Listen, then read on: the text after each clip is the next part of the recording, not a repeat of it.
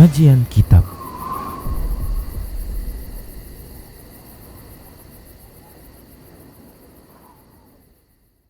Bismillah, assalamualaikum warahmatullahi wabarakatuh. Innal hamdalillah nahmaduhu wa nasta'inuhu wa nastaghfiruh wa na'udzu billahi min shururi anfusina wa min sayyiati a'malina. May yahdihillahu fala mudilla lahu wa may yudlilhu fala hadiyalah. Wa asyhadu an la ilaha illallah wahdahu la syarika lah. Wa asyhadu anna Muhammadan abduhu wa rasuluhu sallallahu alaihi wasallam. Qala Allah tabaraka wa ta'ala, ya ayyuhalladzina amanu taqullaha haqqa tuqatih wa la tamutunna illa wa antum muslimun. Ya ayyuhan nasu taqu rabbakumul ladzi khalaqakum min nafsin wahidah wa khalaqa minha zawjaha وبث منهما رجالا كثيرا ونساء واتقوا الله الذي تساءلون به والأرحام إن الله كان عليكم رقيبا. يا أيها الذين آمنوا اتقوا الله وقولوا قولا سديدا يصلح لكم أعمالكم ويغفر لكم ذنوبكم ومن يطع الله ورسوله فقد فاز فوزا عظيما. أما بعد، فإن أصدق الحديث كتاب الله وخير الهدى هدى رسول الله صلى الله عليه وسلم وشر الأمور محدثاتها وكل محدثة بدعة وكل بدعة ضلالة وكل ضلالة في النار. Alhamdulillah, segala puji dan puja hanya untuk Allah tabaraka wa ta'ala. Salawat dan salam tak lupa kita ucapkan untuk Rasulullah sallallahu alaihi wasallam. Semoga Allah tabaraka wa taala memberikan taufik dan hidayah kepada kita agar kita senantiasa berada di atas ketaatan kepada Allah dan Rasul-Nya. Para pemirsa Rosyad TV dan para pendengar Radio Medan Mengaji serta para pemirsa media-media sunnah yang turut serta menyiarkan kajian ini. Baik, kita lanjutkan bahasan kitab Minhajul Muslim di bab yang keempat tentang ibadah. Kita lanjutkan masih bahasan tentang sholat berjamaah. Baik para hamba Allah rahimani wa rahimakumullah, di antara pembahasan sholat berjamaah ini adalah terkait dengan bacaan makmum membaca surah Al-Fatihah di belakang imam. Baik para hamba Allah rahimani wa rahimakumullah, apakah makmum membaca Al-Fatihah di belakang imam? Perlu diketahui bahwasanya membaca Al-Fatihah dalam sholat ini merupakan rukun. Nabi sallallahu alaihi wasallam beliau bersabda, la salata liman lam yaqra bi Fatihatil Kitab. Nabi sallallahu alaihi wasallam bersabda, la salata, tidak ada salat liman lam yaqra bi Fatihatil Kitab, yang tidak membaca ya Al-Fatihah, ya. Baik para hamba Allah rahimani rahimakumullah, ini hadisnya sahih. Nah, hanya saja bagaimana kondisi atau bagaimana hukum makmum yang sholat di belakang imam? Apakah dia harus membaca Al-Fatihah juga? Para ulama mereka berbeda pendapat tentang masalah ini menjadi 3 pendapat. Pendapat yang pertama, pendapat yang mengatakan makmum tidak membaca. Makmum tidak membaca, ya, baik itu dalam sholat sirriyah, yaitu sholat yang imamnya tidak mengeraskan bacaan sir, ya, pelan, dan tidak juga di dalam sholat jahriyah, ya, yaitu di mana imam membaca dengan keras bacaan Al-Fatihah dan suratnya. Jadi menurut pendapat ini, makmum karena dia di belakang imam, maka dia tidak membaca. sama sekali. Ya. Nah, ini pendapat Imam Abu Hanifah dan orang-orang yang sependapat dengan beliau. Apa dalilnya? Dalilnya adalah hadis yang ternyata didhaifkan oleh para ulama dengan berbagai jalan-jalannya, ya, dhaif dari semua jalan-jalannya sehingga tidak dijadikan hujjah. Yaitu hadis di mana dikabarkan Rasulullah bersabda, "Man kana lahu imamun fa qira'atul imami lahu qira'atun." Siapa saja yang memiliki imam, maka bacaan imam itu menjadi bacaan baginya. Hadisnya dhaif, ya. Diriwayatkan oleh Imam Ibnu Majah, Imam Ahmad. Namun hadisnya dhaif.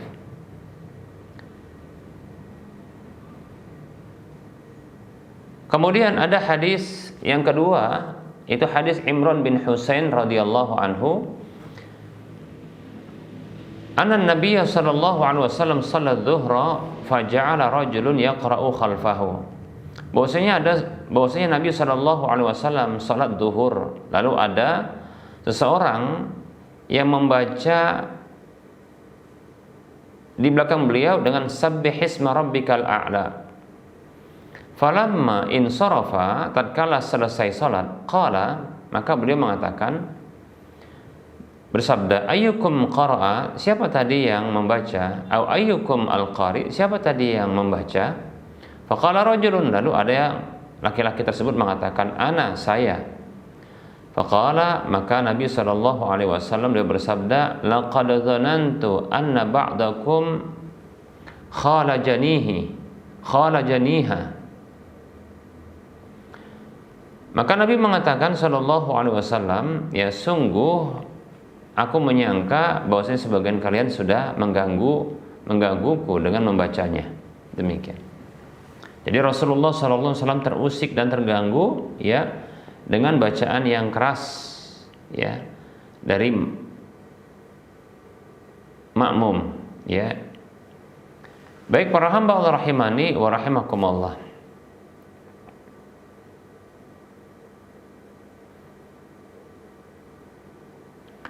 Kemudian pendapat yang dalil yang berikutnya adalah bahwasanya surah Al-Fatihah itu nggak wajib, ya, menurut mazhab Imam Abu Hanifah memang surah Al-Fatihah ketika dibaca, ya, itu tidak wajib, ya, maka tidak wajib juga bagi makmum, sehingga makmum tidak perlu membaca, demikian, ya. Baik para hamba Allah rahimani rahimakumullah, ini pendapat pertama. Pendapat yang kedua adalah pendapat yang mengatakan makmum wajib membaca dalam salat-salat sirriyah, di mana imam tidak mengeraskan bacaan, tetap membaca, ya, dalam salat-salat sirriyah, membaca Al-Fatihah dalam salat-salat sirriyah, ya, yaitu salat yang imam tidak mengeraskan bacaan, contohnya salat zuhur, asar, demikian, ya. Namun mengeraskan bacaan namun tidak membaca dalam salat-salat jahriyah, yaitu salat-salat yang imam mengeraskan bacaan. Kita ulangi, pendapat yang kedua adalah pendapat yang mengatakan makmum wajib untuk tetap membaca Al-Fatihah dalam salat-salat sirriyah, yaitu di mana imam tidak mengeraskan bacaan Al-Fatihah maupun surat atau ayat setelahnya. Namun tidak wajib atau tidak boleh, ya, membaca, makmum tidak boleh membaca dalam salat-salat jahriyah, yaitu salat-salat di mana imam mengeraskan bacaan seperti salat maghrib, isya, subuh, Jumat dan yang lainnya. Ini pendapat jumhur ulama. Dari kalangan ulama berikut ini seperti Imam Az-Zuhri, Imam Malik, Abdullah ibnu Mubarak, Imam Syafi'i dalam pendapat qaul qadim beliau. Begitu juga Muhammad, ya, Imam Muhammad yaitu murid dari Imam Abu Hanifah, kemudian Imam Ahmad bin Hanbal, dan ini pendapat yang dipilih oleh Syekhul Islam Ibnu Taimiyah rahimahullahu taala. Dalilnya adalah dalil-dalil tentang diwajibkannya secara umum untuk membaca Al-Fatihah, seperti hadis Nabi Shallallahu Alaihi Wasallam yang mengatakan la sholata liman lam yaqra bi Fatihatil Kitab. Tidak ada sholat bagi orang yang tidak membaca Al-Fatihah, sehingga harus baca. Tapi ketika imam membaca, maka makmum tidak membaca.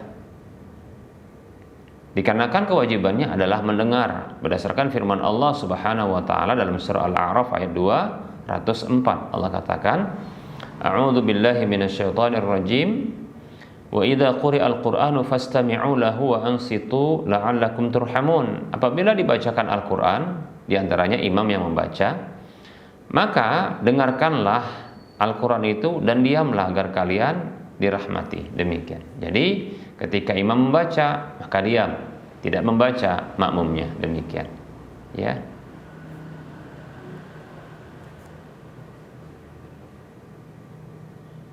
Baik para hamba Allah rahimani wa rahimakumullah.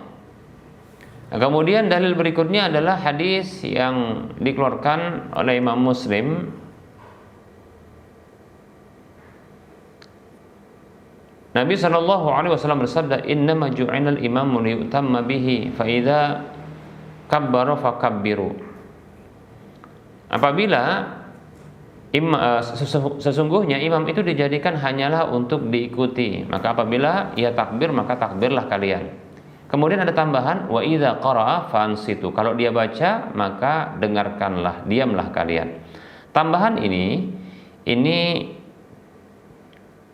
dikomentari oleh sebahagian ulama seperti Al-Hafidz Ibnu Hajar Al-Asqalani rahimahullah. Beliau mengatakan ini hadisnya dhaif karena dia ada cacatnya. Demikian.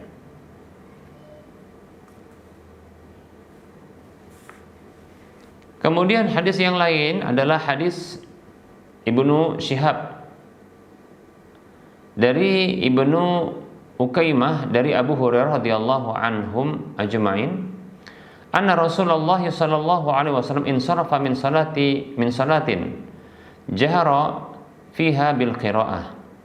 Bahwasanya Rasulullah sallallahu alaihi wasallam itu pernah selesai dari salat yang beliau mengeraskan bacaan di dalamnya.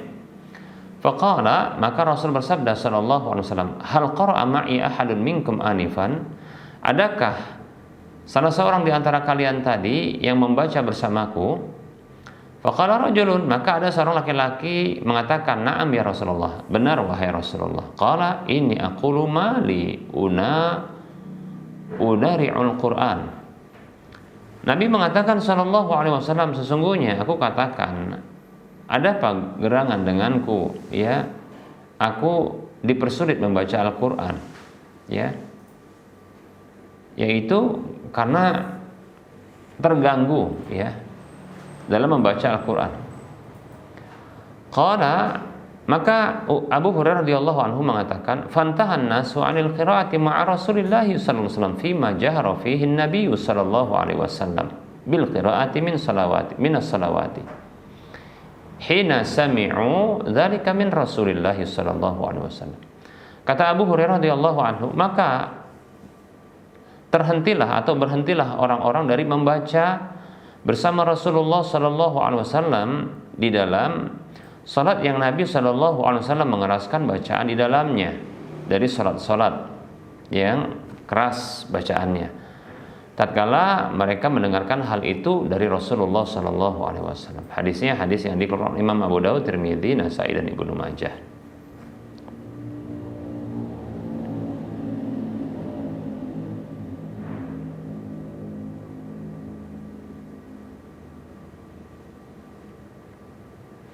Baik para hamba Allah rahimani wa rahimakumullah. Pendapat yang ketiga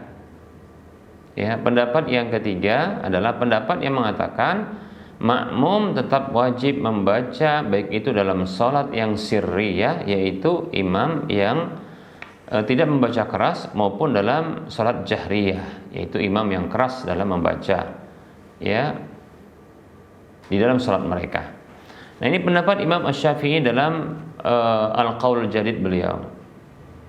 Ya, ini juga pendapat murid-murid beliau, yaitu orang-orang yang berpendapat dengan mazhab Syafi'i.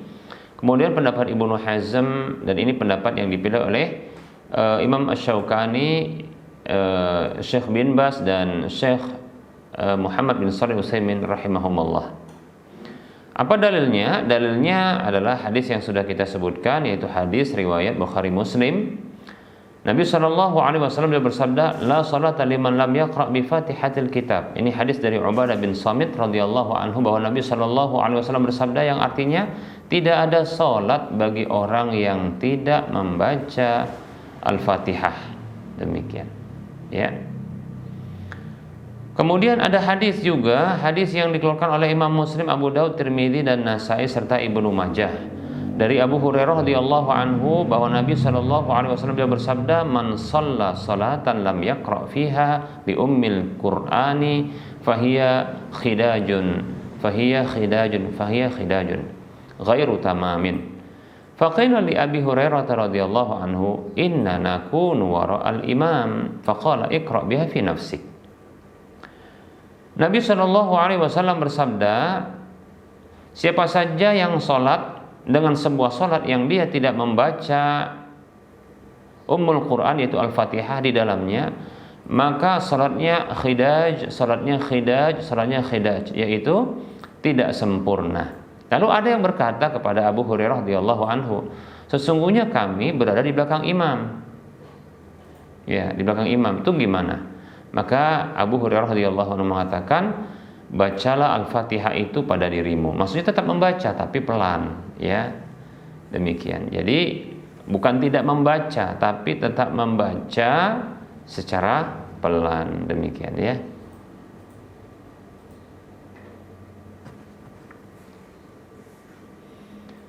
Kemudian ada hadis berikutnya, hadis yang ketiga. Hadis yang dikeluarkan oleh Imam Abu Daud, ya, Imam Bukhari dalam kitab Juz'ul Qiraah, begitu juga Imam Tirmidzi dan yang lainnya, dari Ubadah bin Samit radhiyallahu anhu yang mengatakan, kunna khalfa Rasulillah sallallahu alaihi wasallam fi salatil fajri. Dahulu kami pernah berada di belakang Rasulullah sallallahu alaihi wasallam dalam salat subuh. Faqara'a Rasulullah sallallahu alaihi wasallam. Lalu Rasulullah sallallahu alaihi wasallam membaca Al-Qur'an. Fasakulat alaihil qiraah. Lalu terasa berat, ya, bagi beliau bacaan tersebut. Falamma faragha, maka tatkala selesai, beliau mengatakan, bersabda, la'allakum taqra'una khalfa imamikum. Barangkali kalian membaca ya di belakang imam kalian. Qulna na'am. Benar wahai Rasulullah. Ya, qala, maka Rasul mengatakan sallallahu alaihi wasallam, la taf'alu illa bi Fatihatil Kitab. Jangan kalian lakukan hal itu, ya, kecuali membaca Al-Fatihah, Fatihatul Kitab. Fa innahu la salata liman lam yaqra biha, karena sesungguhnya tidak ada salat bagi orang yang tidak membacanya. Ya, hadisnya ya hasan, ya, riwayat Abu Daud dan yang lainnya. Kemudian ada hadis yang lain, itu hadis yang dikeluarkan oleh Imam Ahmad, ya, dan Imam Bukhari dalam kitab Juz'ul Qiraah, dan Imam Baihaqi dengan derajat yang sahih, dari salah seorang sahabat Nabi sallallahu alaihi wasallam, ia mengatakan, Rasul bersabda sallallahu alaihi wasallam, la'allakum taqra'una khalfal imam wal imamu yaqra'. Barangkali ada di antara kalian, barangkali kalian membaca di belakang imam sementara imam kalian membaca. Qalu, maka para sahabat mengatakan, innala naf'alu dzalika. Sesungguhnya benar-benar kami melakukan hal itu. Qala, maka Nabi mengatakan, fala taf'alu illa an yaqra'a ahadukum bi ummil kitabi au Fatihatil Kitab. Maka jangan kalian lakukan hal itu kecuali ya salah seorang di antara kalian membaca Ummul Kitab, yaitu Fatihah, ya, demikian. Baik para hamba Allah rahimani wa rahimakumullah. Nah, ini 3 pendapat, ya, yang sudah kita paparkan tentang makmum yang membaca di belakang imam. Wallahu taala alam, ya, berdasarkan dalil-dalil yang sudah kita paparkan, saya pribadi condong kepada pendapat yang ketiga, yaitu masih tetap membaca, ya, masih tetap membaca, baik itu dalam sholat jahriyah, yaitu di mana imam mengeraskan bacaan, begitu juga dalam sholat, apalagi sholat sirriyah, ya, demikian tetap membaca, ya, karena tadi sudah disebutkan bahwasanya, ya, tidak ada sholat bagi orang yang tidak membaca Al-Fatihah, demikian, ya. Adapun sholat sirriyah di mana Nabi SAW, adapun sholat jahriyah di mana Nabi SAW pernah mengimami sholat subuh, para sahabat ternyata mereka membaca di belakang imam, ya. Ya, karena mereka banyak membaca, jadi suara agak keras dan Rasulullah terganggu dengan bacaan para sahabat seperti itu. Maka Rasulullah SAW melarang mereka melakukan bacaan kecuali, ya, Al-Fatihah, demikian, ya. Dari sini maka kita pahami bahwasanya tetap dibaca Al-Fatihah, walaupun, ya, kita tetap berlapang dada dengan perbedaan pendapat dalam masalah ini, ya, bila salah seorang di antara saudara kita yang berbeda pendapat dalam permasalahan ijtihad seperti ini, maka hendaklah berlapang dada, ya. Seperti contohnya, ya, ketika saya mendapati ada makmum yang tidak membaca Al-Fatihah ketika imam membaca keras, maka tidak mengapa, ya, karena itu memang ada pendapat demikian yang wajib untuk ditoleransi. Baik para hamba Allah rahimani wa rahimakumullah.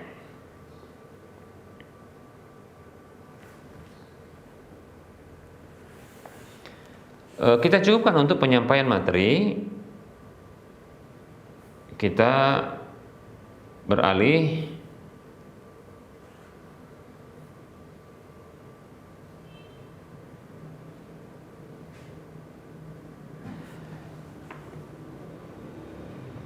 ada pertanyaan seperti ini, beralih kepada pertanyaan, ya. Ada pertanyaan, Assalamualaikum warahmatullahi wabarakatuh.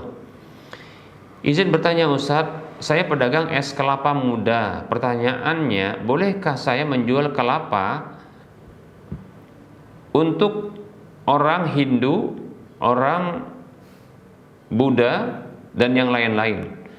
Mereka membeli untuk dijadikan sembahyang mereka.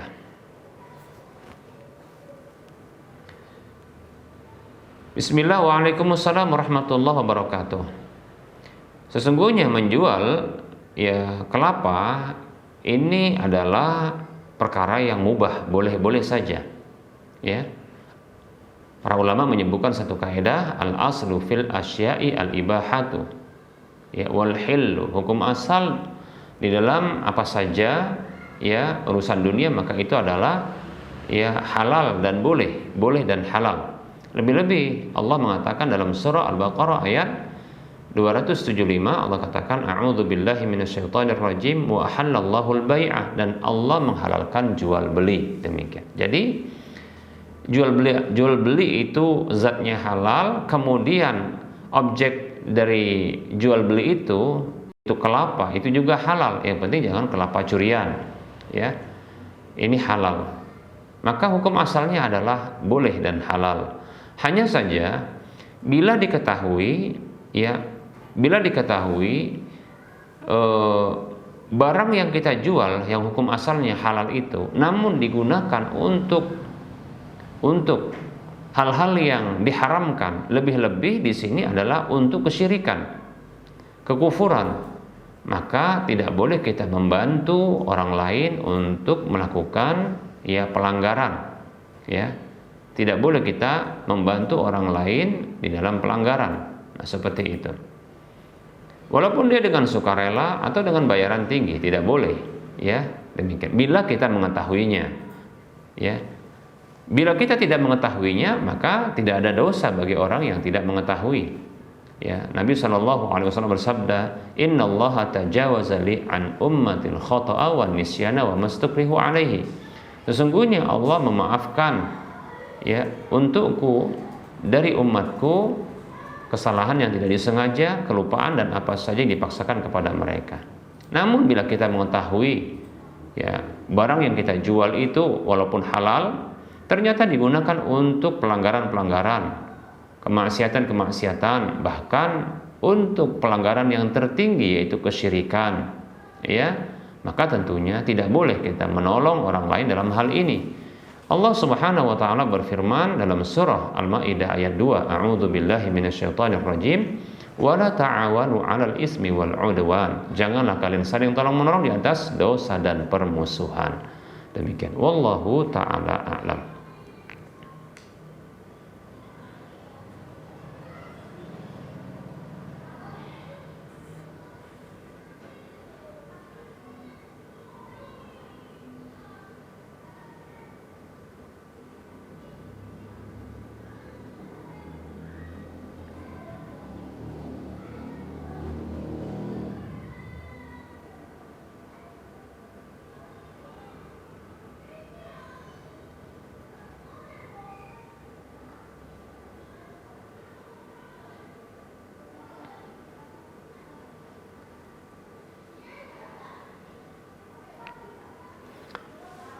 Ada pertanyaan.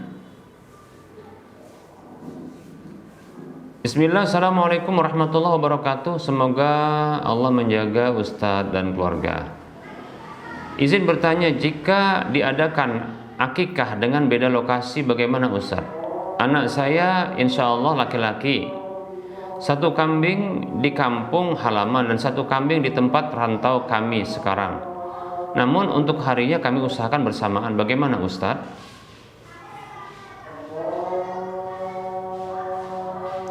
Bismillah, waalaikumsalam warahmatullahi wabarakatuh.